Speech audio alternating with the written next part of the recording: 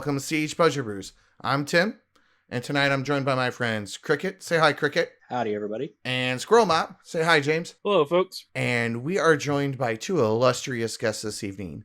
We are joined by John and Harry from Moxfield. Say hi, guys. Hello, everyone. Glad to have you.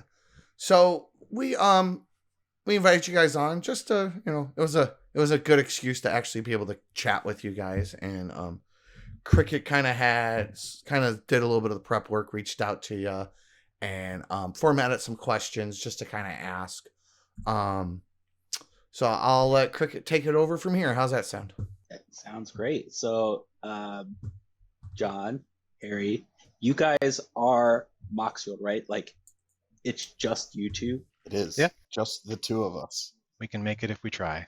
Oh, that was a good one. That was good. You can't make this stuff up. Just the Right. two of us. Moxfield, the singing group, coming soon to a theater near you. Acapella. Do it all. Acapella of your favorite 90s hits. Yo, you're not kidding. So, how did that happen? How is it that it's just you two guys working on this project that suddenly like exploded across the internet, especially among EDH players? John, is it fair to say that this is like there's two different things happening here? There's Moxfield, the product itself, and then there's me and John working together. Okay. I think those were two separate things that kind of collided in the best kind of way. I'd agree John, with why don't I take Moxfield, the product, and you take you and I working together? How about that? that. Alrighty. So Moxfield, the product, started as probably anybody that's ever had an idea to build a deck builder website. Started with me using what was out there and not being happy with the offering and wanting to try my hand at doing something better. And this is happening a long time ago, probably, I don't know, 10 years at least, of using Tapped Out. And I think at the time Tapped Out was the only offering, and it just wasn't working for me. I mean, it was great. It was way better than doing that stuff in paper or on a spreadsheet or anything like that. And it was great to have a way to share it with my friends and have a website that other people could see it. I'm very visually driven, and it just wasn't working for me. Mm-hmm. So I started thinking about ways that I could solve that space in a different way. And I actually started off by thinking, could I make a website where the only thing you could do is literally post a deck list, and then I would decorate it, I would make it look nice, and then have it shareable. I created a site called Decorator and started thinking about that idea. And as with most projects, it dies very quickly. And so I had been kind of going back and forth about, how I can use my skill set in the Magic world. And I had worked on another project around the time where people were still using Apprentice. Do you guys remember that application? Oh man, yeah, that was a long time ago. Yeah.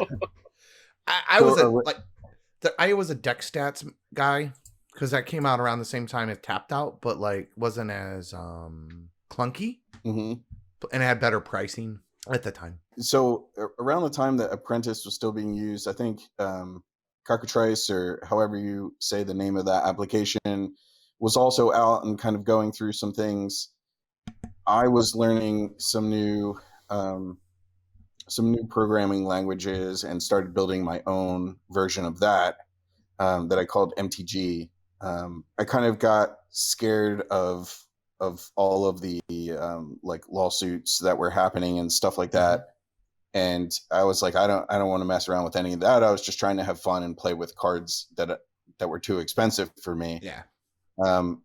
And all of my friends that had played Magic all moved away because of college and other things like that. So it was like my way of trying to keep Magic alive in an environment where it otherwise would have died. And so I had this program that nobody was using, and I had this drive to have a deck builder that I liked and I felt looked good and functioned well. And it had just kind of been sitting there for years and years. And as I got more into Magic, I started working on like my own version of Gatherer and trying to start this project up from scratch, like everything about the data from scratch. And that was just a long process.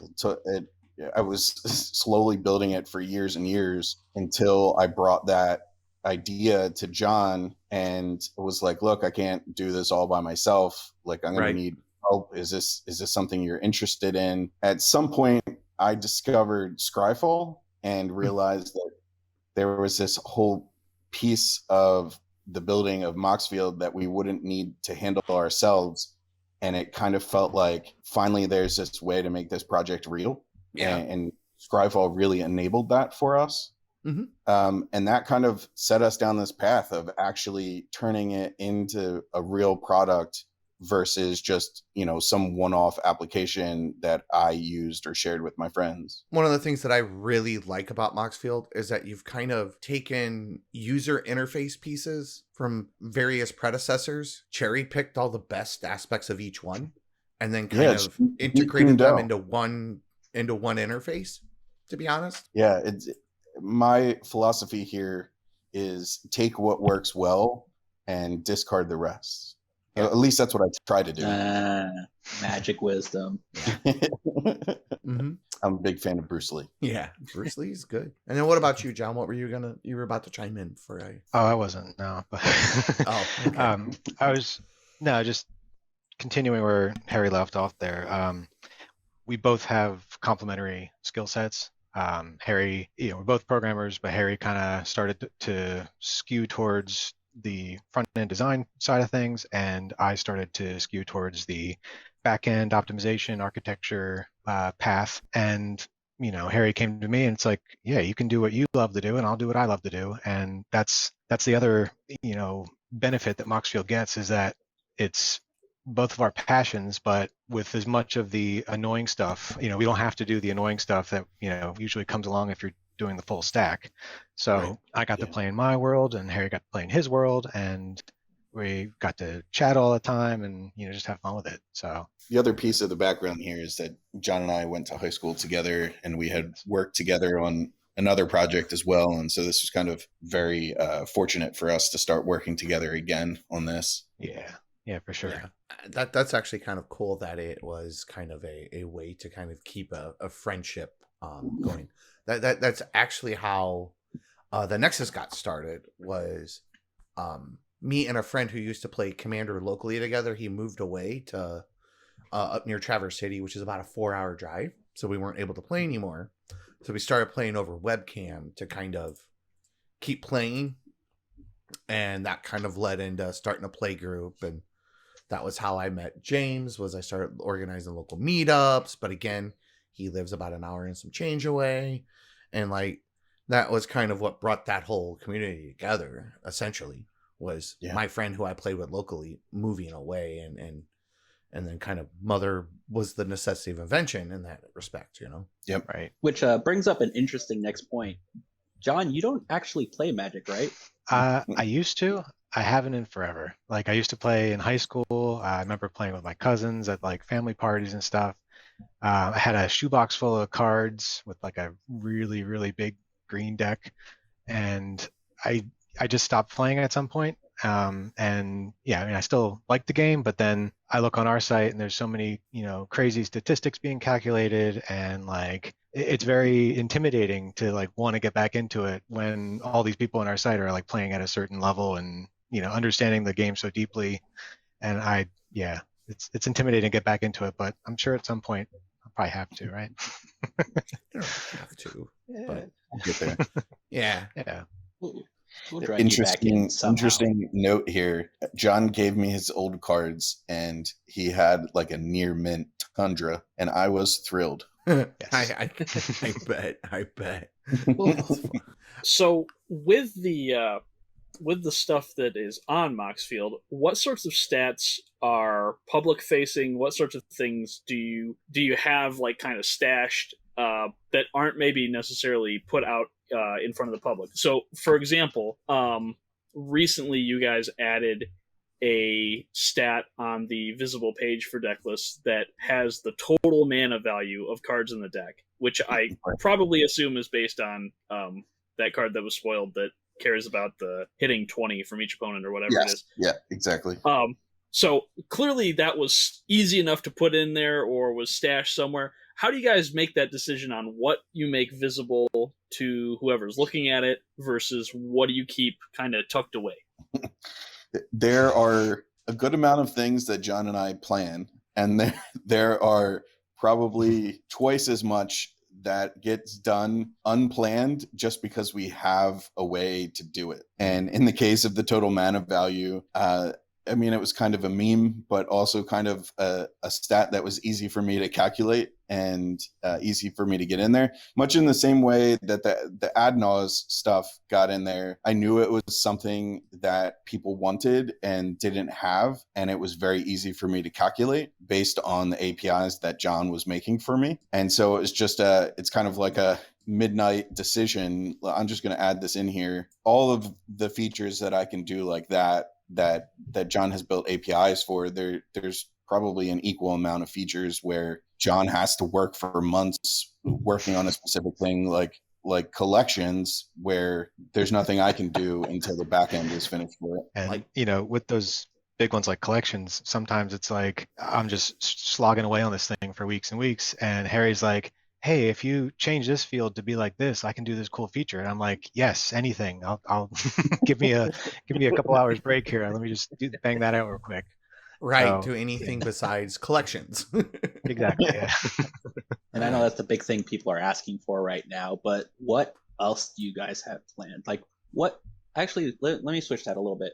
What makes Moxfield so different from any of the other deck builders? What tells people that they should use Moxfield over anything else? Good question. I don't want to speak to other deck builders because I know, and John knows very well how hard it is to do what we do. And so to say anything about any other deck builder, we shouldn't do, because it's hard to do this. So if anybody has a website out there, they've done a good job, and congratulations to them for getting as far as they have. In terms of what I would say is the selling point for us is hopefully we have demonstrated our passion for this project, and that passion has translated into a better and better website. Our growth over the last 2 years has been kind of a hockey stick on the charts, and we want to continue that because we are passionate about it. And I would say hopefully that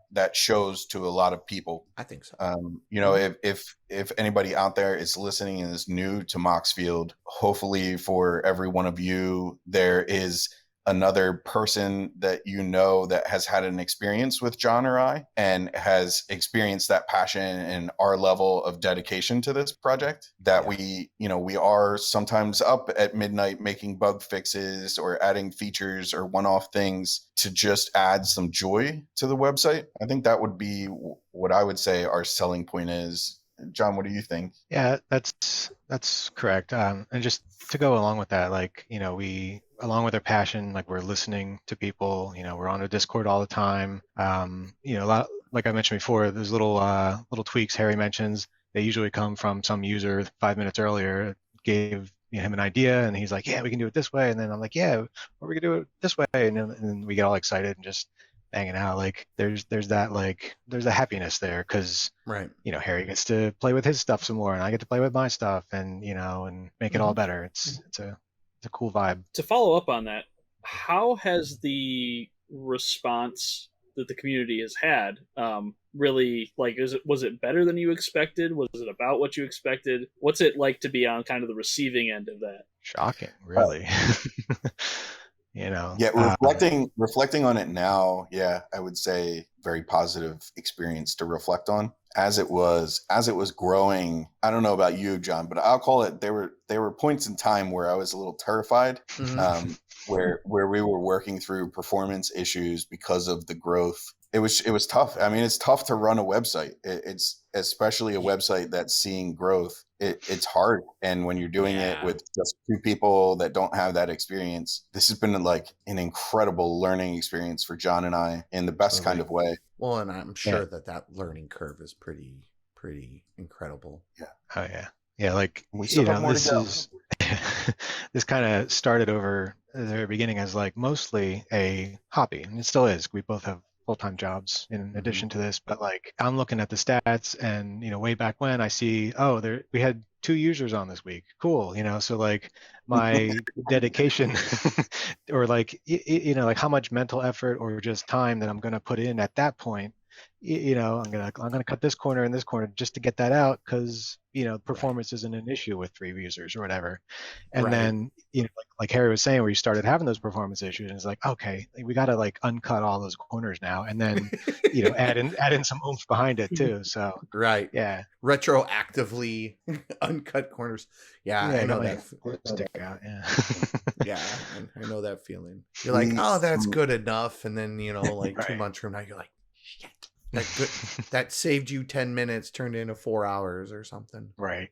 Exactly. I've had James and Cricket both have to clean up some of my, it's good enough, because I only got 10 users. Haven't I, guys? Yeah, we've all been there though. Yeah. It's a good problem to have, for sure. Half of my job is uncutting the corners of students that they decide to cut, and figuring out, all right, is that a corner you could cut or no? And that's like half my job. So right. And then your hobby is undoing some of mine.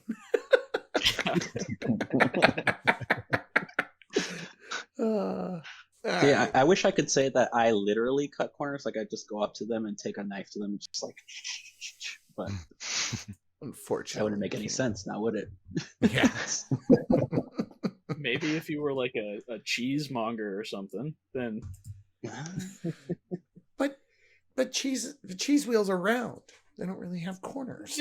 They can come in squares too, I guess. Oh yeah, you're right. They're mostly in wheels. That's because I've cut all the corners off. James, did we answer your question there? Yeah. No, that was great. Yeah. I do reviews for the CEDH Decklist database. Like, I'm not one of the big head honchos or anything. I just help out a little bit. Shortly before I started doing that was when they made the switch over and asked people to stop using Tapped Out for a few different reasons. And since that happened, just as first as an observer and now as somebody who is working with it a little bit more, I was surprised at how many people just went straight over to Moxfield. Like, occasionally we see stuff from Deck Stats or Architect or MTG Goldfish, but it seemed like a lot of people who were using Tapped Out went right to you guys. I'll admit, like, it's kind of nice from a user perspective just to have a fairly uniform site that people are using. Like,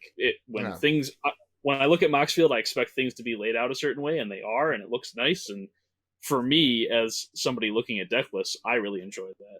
It's amazing how hard it is to try to please such a large group of people, because when looking at deck lists and building deck lists, there is like a strong need to have it your way, and that's been especially difficult with Moxfield is trying to keep everyone happy with all of the functionality on the site.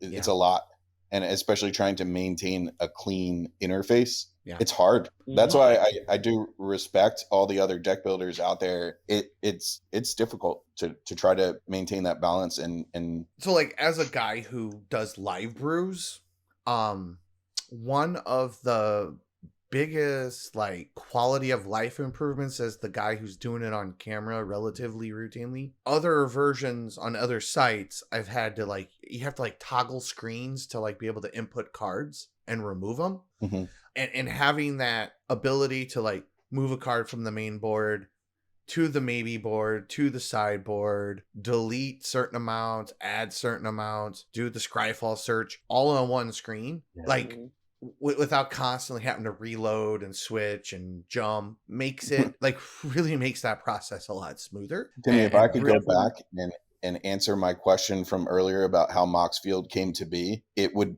in one sentence, I would say it was because I didn't want to switch back and forth between edit mode and view mode. Yeah. Yeah. And I didn't And want to have really- to forget to press save on my deck and lose all of my stuff that I just spent hours on. Right. But then also having the option to like do the bulk edit as well is another nice thing, because sometimes I'm cutting and pasting in like 10 cards at a time. From an end user perspective, I guess for me personally, and this is not to knock, like I used Tapped Out for years. I've used Deck Stats, Architect a little bit, wasn't a huge fan. I don't know. Decked, the little app on your phone. Like I've tried them all basically at some point. And yeah, just having most of it all on one screen is really nice. The bulk edit is a perfect example of another feature of the site where it never would have been built if it wasn't for our users kind of saying like, hey, we're trying to do this thing and we can't do it on Moxfield, help us out. Right. Because that's not how I build decks. I don't copy and paste in a bunch of cards from another list or from a text file that I have. Like that's not how I build. So it never made it to John as something that we needed until people were like, what do you mean I can't bulk edit this and I can't paste in a list? And then all of a sudden I'm contacting John like in a panic. John, help. Yeah.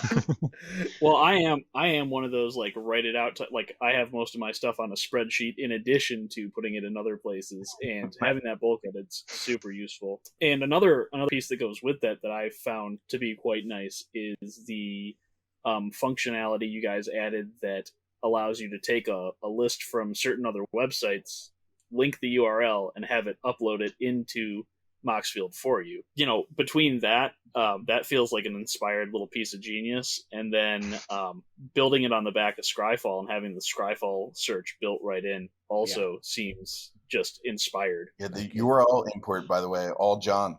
So you don't have to play Magic to do awesome features. Right. And Yeah, John, it's really and John, if you ever want some help with a deck, let me know. Okay.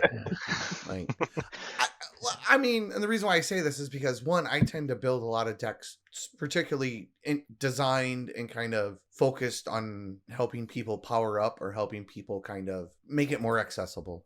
Just as a, I know you were saying earlier that you can be a little intimidated by. Right. Yeah, I appreciate that. Yeah, the way I build decks is mostly like, all right, these two users say these cards are causing problems, so I'm gonna like shove them in my deck and see what the problem is. Sort of thing. It doesn't win me many games though. Yeah.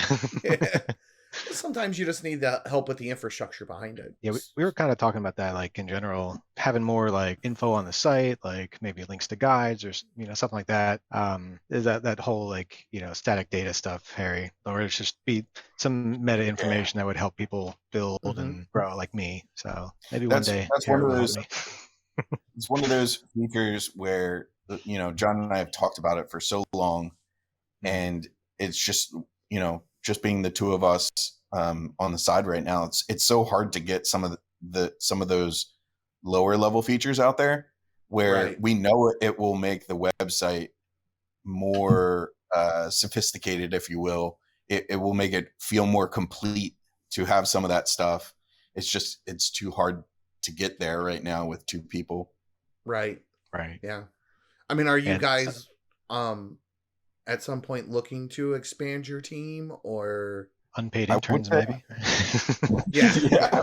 I would say first we need to be able to pay ourselves, and then we can think about paying other people. Gotcha. Yeah. So to expand. Right. I don't know. There's been a lot of people that offer to help us for free. But I would say that the way things are structured right now, it's not in a place where we can really accept help on the internals. Like we have no protections for our IP if we were to have people help code and stuff like that. So it's just kind of, there may be a lot of people out there that would help us for free, but right now we just don't have the means to make that happen. Right. And I mean, probably mostly a time thing. We don't have the time to do it. Right, the time to do it.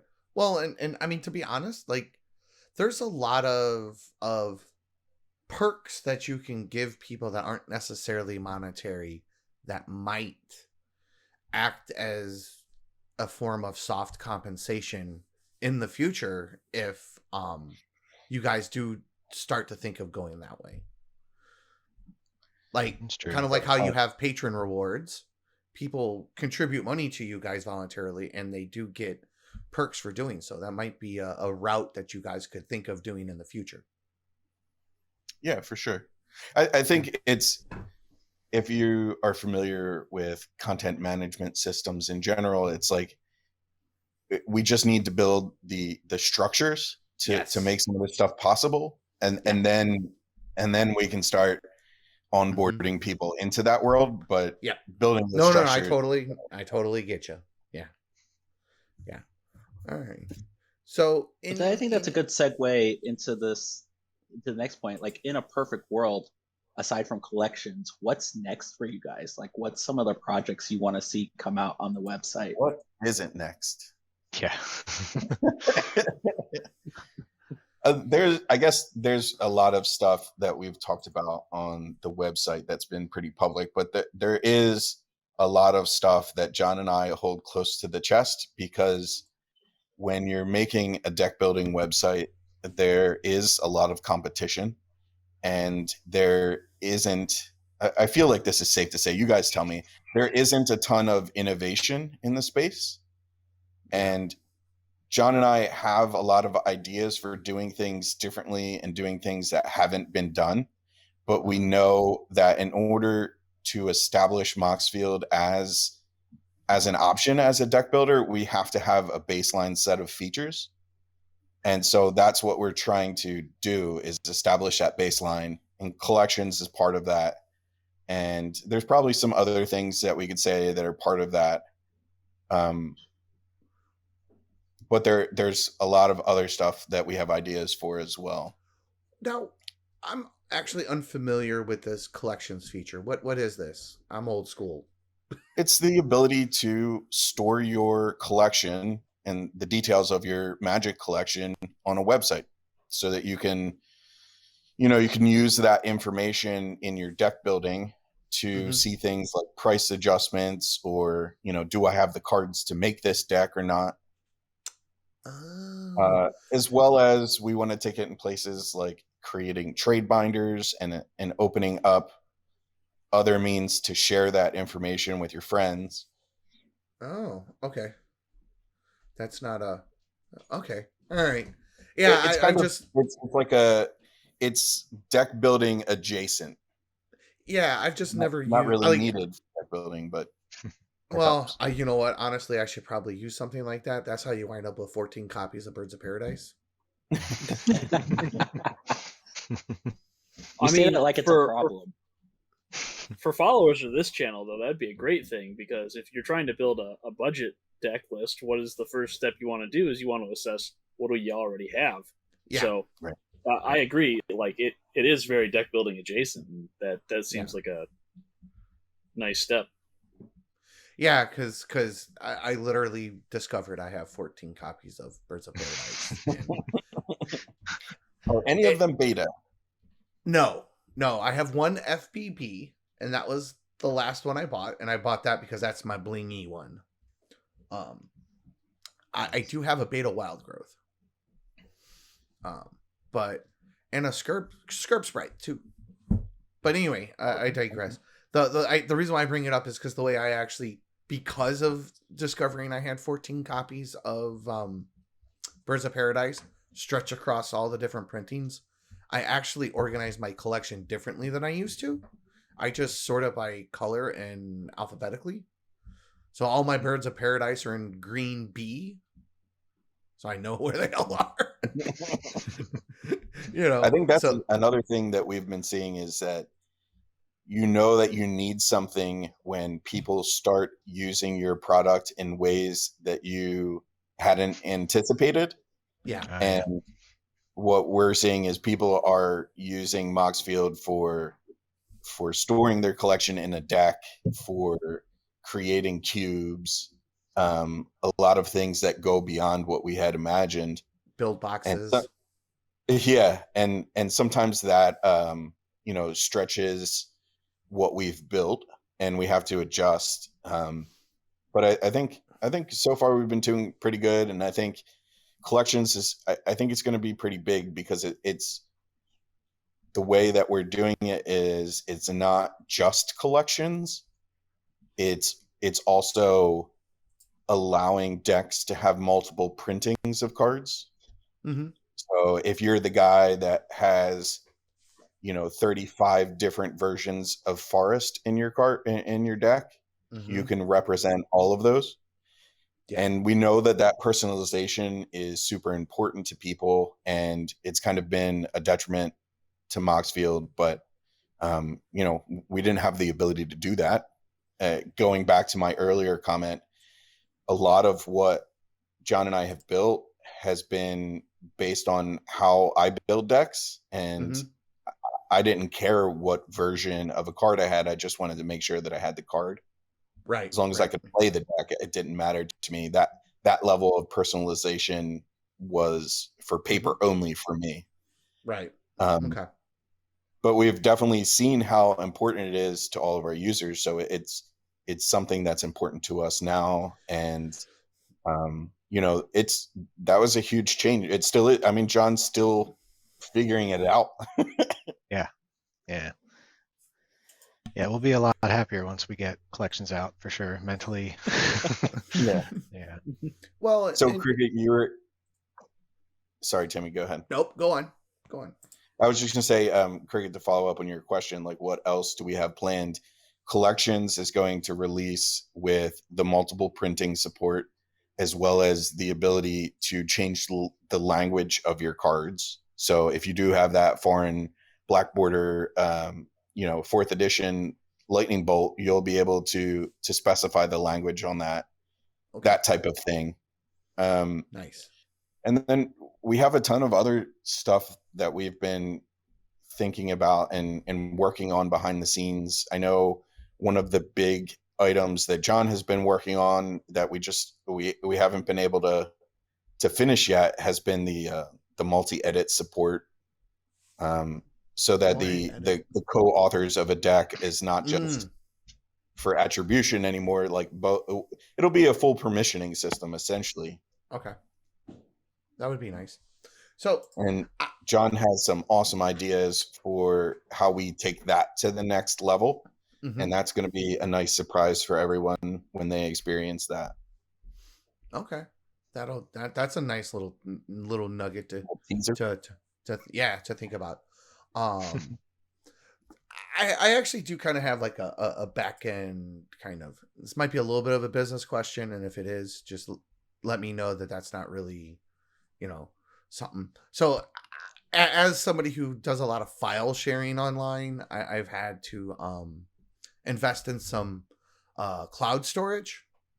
And while it's not cost prohibitive necessarily for the amount that I have, I do know that it can get quite expensive, and that it can, like, just the sheer amount of data that, like, I don't know. I probably got 200 decks up on Moxfield at this point. I don't even know how much actual storage that takes up, but is there maybe any kind of thoughts on doing some type of like subscription based like cloud storage for like when these collections roll out? Because at some point that's a lot of data to like be holding on to and just have sitting on the internet somewhere, like and that's got to come out of somebody's pocket. I mean, I'm not saying it necessarily like, and I understand that there's revenue that comes in and such for baseline, but like at the end of the day, like I'm a firm believer in like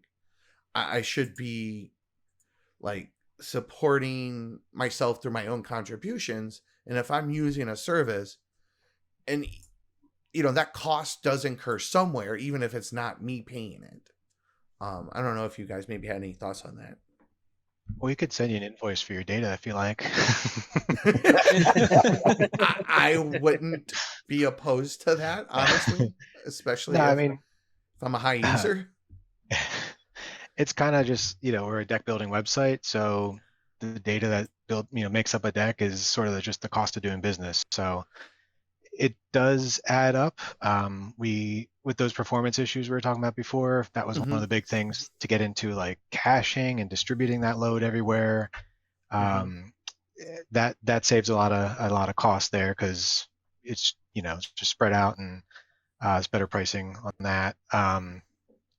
Yeah, pretty much a lot of caching, a lot of efficiency. And it's sort of a good feeling, because it's like the faster, in general, the faster you can make, or sorry, the more you can cache and save on data being pushed around everywhere, the faster the site is going to feel too. So it's like a double win to really dig in there and optimize the heck out of it. Yeah. But yeah, it hasn't been too bad. But if it gets really bad, it's just another one of those good problems to have, to figure out a different way to go about it. Yeah, I don't know. I just was one of those things. I'll say, without getting into specifics, and John, hopefully you don't get mad at me for sharing this. Again, non-specific, but last month was the first time that John and I took money from Moxfield. Yeah, it was the first time we were able to pay ourselves anything. I bet you that was the best dollar menu you ever. Oh my god, it was amazing. I know. We have this joke, because we worked on a project before, back in college, and we just threw up. We didn't even monetize the thing. We just threw up ads on the website where people could download it, and we started making Google ad revenue money. And we're in college, and we started to make a couple hundred in Google ad dollars, and we split that. And like the first thing we did was we went out to Quiznos and treated ourselves to lunch.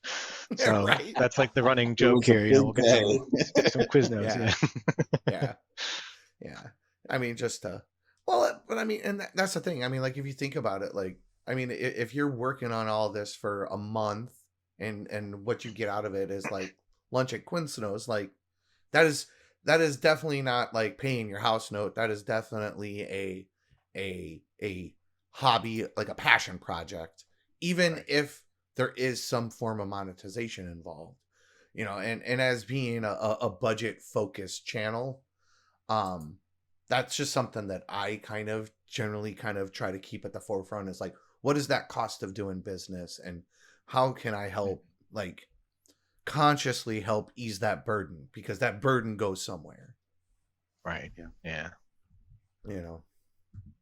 I think in terms of learning curve, I think the business side of things is something that John and I are still figuring it out. Right. And learning, and we're getting better at it, but I think there's a lot about running a website that is under the covers that is not shared. And there is a steep learning curve there in trying to do things right. Yeah. And then you don't have time, so you just kind of do it, and you hope you're not getting screwed over in some way. Yeah. Right. You'll fix it later. Yeah, totally. All right. Cricket, James, you guys have any other comments for our distinguished guests? Not other than to say thank you for everything you do with this. And all these resources that are available out there for Magic are incredible, and your guys is, in my opinion, is among one of the better ones. So I am grateful that it exists, especially knowing that you just got your first dollar menu paychecks. Going to Quiznos, boys. Right? Yeah, for sure. For those of you who don't know, Quiznos is a sub shop. Just for some of our listeners, I don't know if they still exist anymore. I think they went out of business. Yeah. Yeah. They're like the ones who did like that creepy video with like the meme, the pepper bar things back in the day. John sent me that on YouTube, and I was like, "Was this really a commercial?" Yep, it was. It was, man. I'm spicy. Yeah. Yeah. Oh, man. All right. Well, Matt, we appreciate the love, so thank you for saying so. And honestly, we'd be nothing without the community that has supported us so far. We've learned so much and have done so many of our features because of things that have been requested to us and Yeah. or requested of us, and people taking time out of their day to join us on Discord and say, hey, it would be really cool if you did this thing, and here's why. Yeah. So thank you guys. Dude, thanks for all you do. And honestly, my the Budget Brews website wouldn't be the same without you guys. So much appreciated. So in closing, John, Harry, where can guys reach you?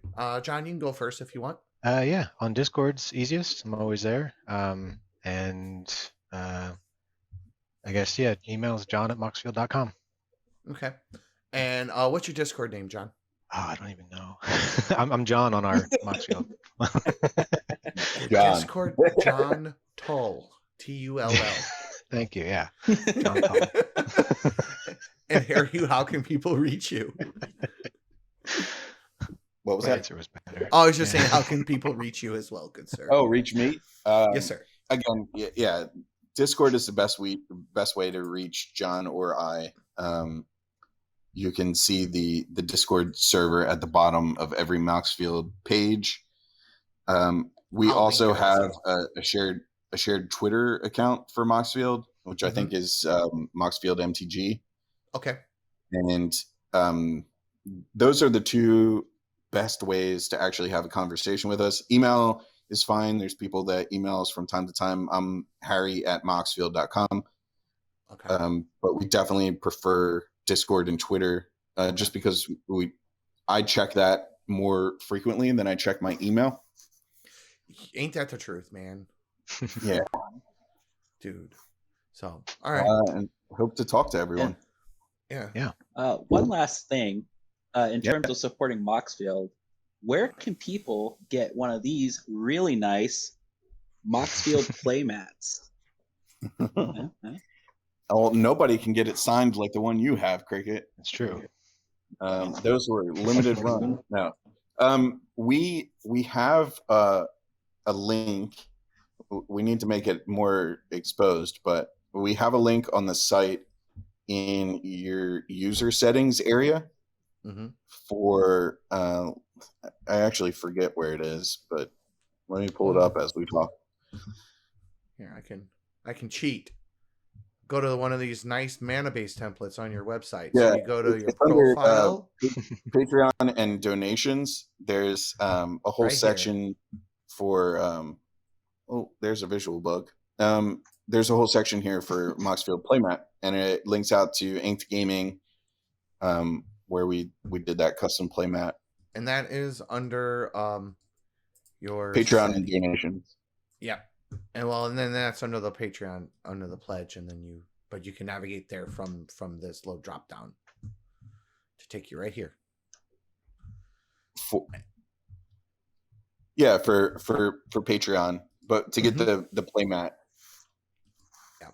There's What tier is different that, by button. the way? Just for That I is think not- Harry means if you go back to the account settings, there was a card for go back to your Moxfield account settings. right here. Sorry. No, wrong one. All right.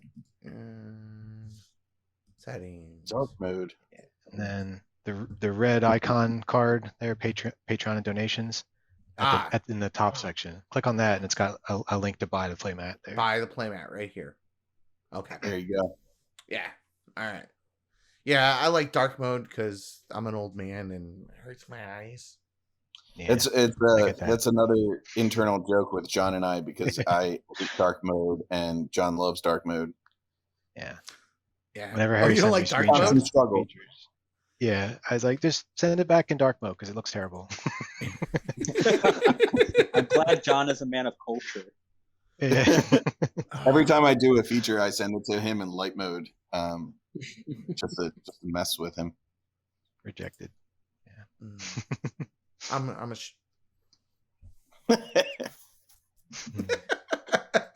so Red all right. light. Yeah, I know. I'm kind of a vampire. I'm a night owl by nature. I'm like, so, well, all right, guys. Thanks again. Cricket, where can everybody reach you, good sir? You can find me heading up the Grixis Mean Girls Discord server. I'm also on the Moxfield server. I'm on the CADH Budget Brews server. I'm on every server known to man for CADH. So just hit me up on any of those places. I'm at Cricket everywhere. And James, where can people find you? What projects you working I on? am in most places at Squirrelmob. You can find me on Discord on, much like Cricket, most of the CEDH relevant Discords. Or you can follow me on Twitter at Hoff Occultist. Gets me every time. All right. Well, and thanks again, everybody. Thanks for coming out, and everybody have a good night. Bye. Thanks for having us. Thanks for having us, Bye. guys. Mhm.